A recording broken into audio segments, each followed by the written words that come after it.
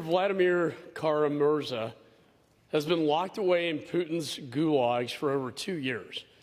His only crime was standing up for human rights and democracy in Russia, for speaking out against Putin's genocidal war of aggression against Ukraine. He is a lawful American permanent resident, and his wife and children are American citizens. We should all be deeply concerned by his unjust imprisonment. Mr. Kara-Murza is well known for his work exposing the Kremlin's corruption and fighting for a free and democratic Russia.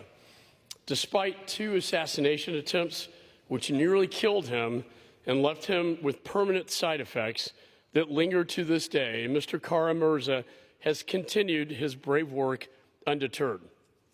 He understands the importance of exposing Putin and his cronies for who they really are to the world. After Russia's invasion of Ukraine in February 2022, Mr. Kara-Murza immediately began shining a light on Russia's atrocities. Like many of us in this chamber, he knew he could not be silent as Russian forces raped and murdered their way through Ukraine.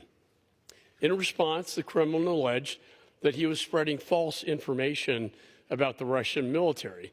In April 2022, Mr. Kara-Murza briefly and bravely returned to Russia to advocate against the war to his fellow Russians and was promptly arrested. That is what happens when you contradict the regime's narrative in a totalitarian state. Mr. Kara-Murza knew the risk, but he returned anyway. Since his arrest, he has languished in harsh prison conditions without adequate access to medical care.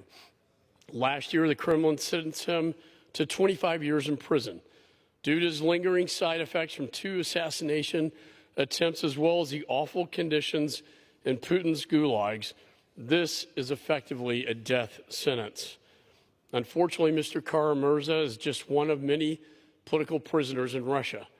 All American journalists like Evan Gershkovich and Alsu Kara-Murza and wrongfully imprisoned Marine Corps veteran Paul Whelan have all been detained by Putin's regime on bogus charges. They deserve our attention, and I call for their immediate release in addition to Mr. Kara-Murza's.